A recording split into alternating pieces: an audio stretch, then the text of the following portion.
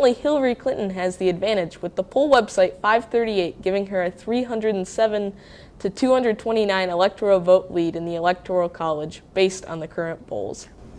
In a stunning twist, despite our school poll, which had Hillary Clinton ahead of Donald Trump by 5 points, Donald Trump won the election, getting 306 electoral votes as compared to Hillary Clinton's 232 electoral votes. After this stunning result, I went out to get the students' and teachers' reactions. Unprecedented is a good word, Henry. I was shocked, personally, a bit dismayed, but I do think the office of the presidency is bigger than any one person, and I'm confident that our country can come together and the next 4 years will be positive. So I'm still hopeful.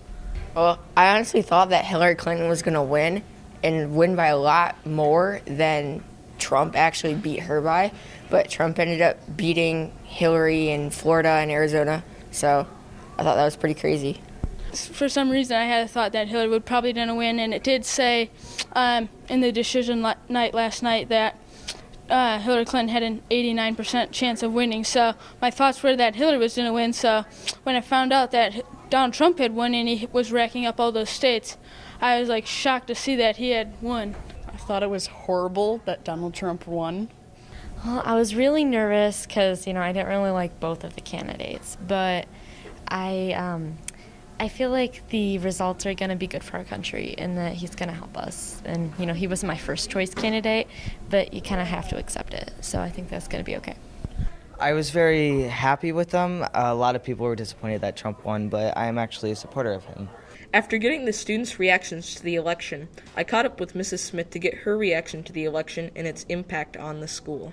It has been a mix of positives and negatives, depending on which party line students identified with. Due to high tensions after the election, Ms. Smith sent a note home telling parents and students that we are all Trojans and should remain peaceful. Even in Traverse City at East Middle School, students were feeling very mixed about the election results. So being reactionary in a positive way to remind students about being unified, that we are a democratic nation and that this was a democratic process. Whether we agreed with the outcome or not, we needed to make sure that we were abiding by that and being respectful of others.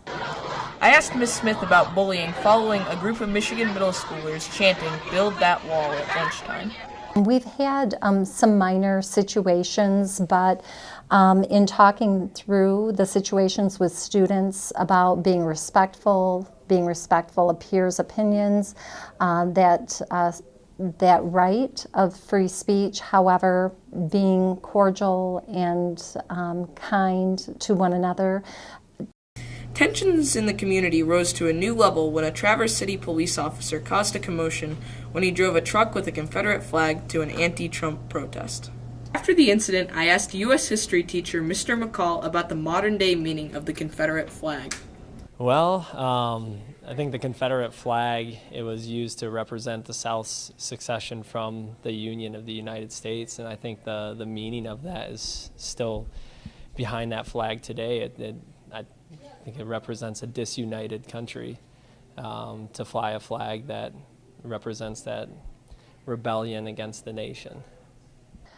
Just as we would for any symbol that is not a positive symbol or something that is connected in a negative way, whether it's a Confederate flag or something of that nature, we have board policy that supports addressing that. It's not allowed. At the end of my interview, I asked Ms. Smith if she had a final message for EMS students. The biggest thing is to remember that we're all Americans and we're Trojans, and it's up to us to make sure that we are supporting the democratic process. And whether we like the outcomes or not, this is the opportunity to make a difference. This has been Henry Huschke reporting for Trojan TV.